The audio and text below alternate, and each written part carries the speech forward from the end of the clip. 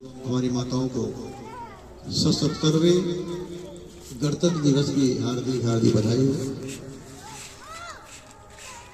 ये बड़ा ही पावन अवसर है।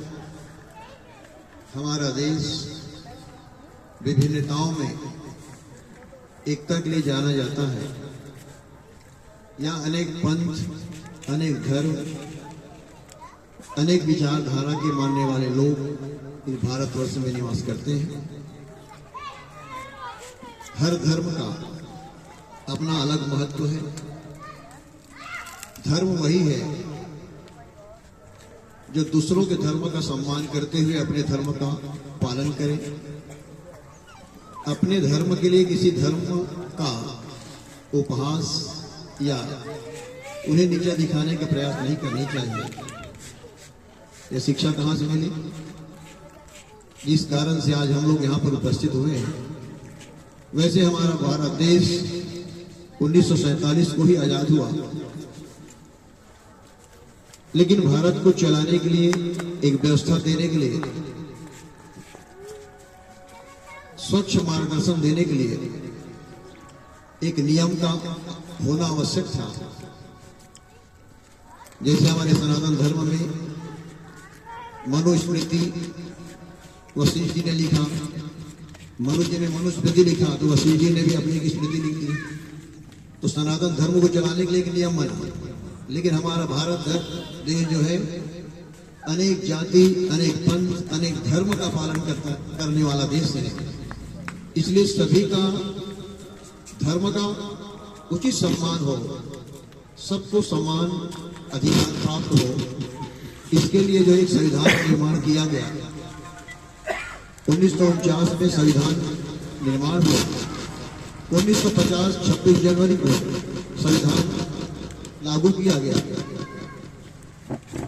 अब वो संविधान हमें बोलने का अधिकार, कर्म करने का अधिकार, समानता का अधिकार देता है। अधिकार तो देता है, हम सबको पता है कि हमारा बोलने का अधिकार है, हमको अपने हिसाब से जीने का अधिकार है।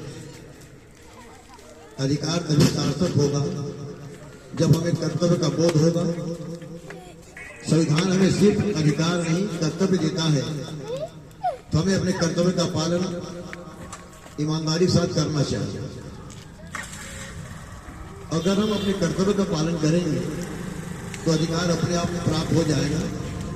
लेकिन बड़ी विडंबना है, हम सबको अपना अधिकार तो ज्ञात है, हम जो है ताली अपने छाती ठोकते हैं, कहते हैं कि ये अधिकार मिला है, लेकिन हमें ये पता नहीं रहता कि हमको हमारे कर्तव्य क्या है। तो मैं यही कहना चाहूंगा, अधिकार पाए ना जाकर के हमें अपने कर्तव्य का बोध होनी चाहिए। और कर्तव्य जो है हमारे घर से ही प्रारंभ होना चाहिए। अनेक व्यक्तियों से परिवार बनता है, अनेक परिवार से नगर बनता है, अनेक नगरों से राज्य बनता है, और अनेक राज्यों से देश बनता है। इस देश के लिए हमें मर मिटने की शिक्षा हमारे वीर शहीदों ने प्रदान किया है। तो हमें अपने घर का जो संचालन अच्छे ढंग से करना आ जाए तो अपने कॉलोनी संचालन भी अच्छे ढंग से कर सकते हैं। और जब अपनी कॉलोनी का संचालन अच्छे ढंग से कर सकते हैं, इसका मतलब है कि हम राज्य और देश का संचालन भी अच्छे ढंग से कर सकते हैं। तो हम सभी कॉलोनी निवासियों के एक आवश्यक है कि हम अपने आसपास को स्वच्छ बनाएं। मानसिक स्वच्छता, शारीरिक स्वच्छता हो, बौद्धिक स्वच्छता हो, हम एक परिवार की तरह रहें। मुझे यहाँ रहते हुए ज्यादा दिन तो नहीं हुआ है। पिछले 15 अगस्त को मैं यहाँ उपस्थित था। अब ये जो है पहला मेरा 26 जनवरी है। हमारे यहाँ अनेक त्यौहार भी है, तो त्यौहार को अपने मजहब के हिसाब से, अपने धर्म के हिसाब से मनाते हैं। लेकिन एक दो ऐसा त्यौहार है जिसको हम राष्ट्रीय पर्व कहते हैं, राष्ट्रीय त्यौहार के रूप में मानते हैं। 15 अगस्त और 26 जनवरी मुझे पता है कि हमारी कॉलोनी में बहुत से लोग निवास करते हैं, लेकिन ऐसे पर्वों में भी अगर हमारी कहीं गणना उंगलियों में हो जा रहा है तो हमारे दुर्भाग्य विषय है। तो जैसे हम गणेश पक्ष में गणेश उत्सव मनाते हैं, जन्माष्टमी मनाते हैं, मुस्लिम भाइयों का त्योहार मनाते हैं, ईसाई भाइयों का त्योहार मनाते हैं, इसी प्रकार हमें जो है गणतंत्र दिवस और स्वतंत्रता दिवस का पर्व भी हमें बड़े हर्षोल्लास से मनानी चाहिए और इसमें हमारी उपस्थिति भी अनिवार्य होनी चाहिए। ऐसा नहीं कि हम यहाँ आने के बाद सबको फोन करें भाई यहाँ पर सजा रहूँ का समय हो गया, आप अभी तक पहुँचते नहीं है, ये जो गलत हो जाएगा। इसलिए जो है हम सबका कर्तव्य है, अधिकार को मिलता है 26 जनवरी 1950 से इसका अधिकार मिल गया है, लेकिन हमें कर्तव्य का बोध कब होगा कि हमारे जो है काउंटीपति भी हमारी जवाबदारी है, हमारे समाज हमारे राष्ट्रपति हमारी जवाबदारी है।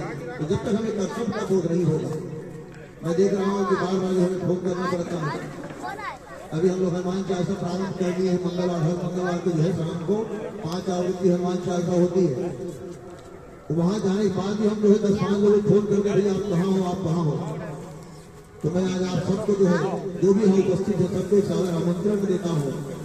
हम लोग जो है अभी हनुमान जी मंदिर में हर मंगलवार को 5 बार हनुमान चालीसा पाठ करते हैं।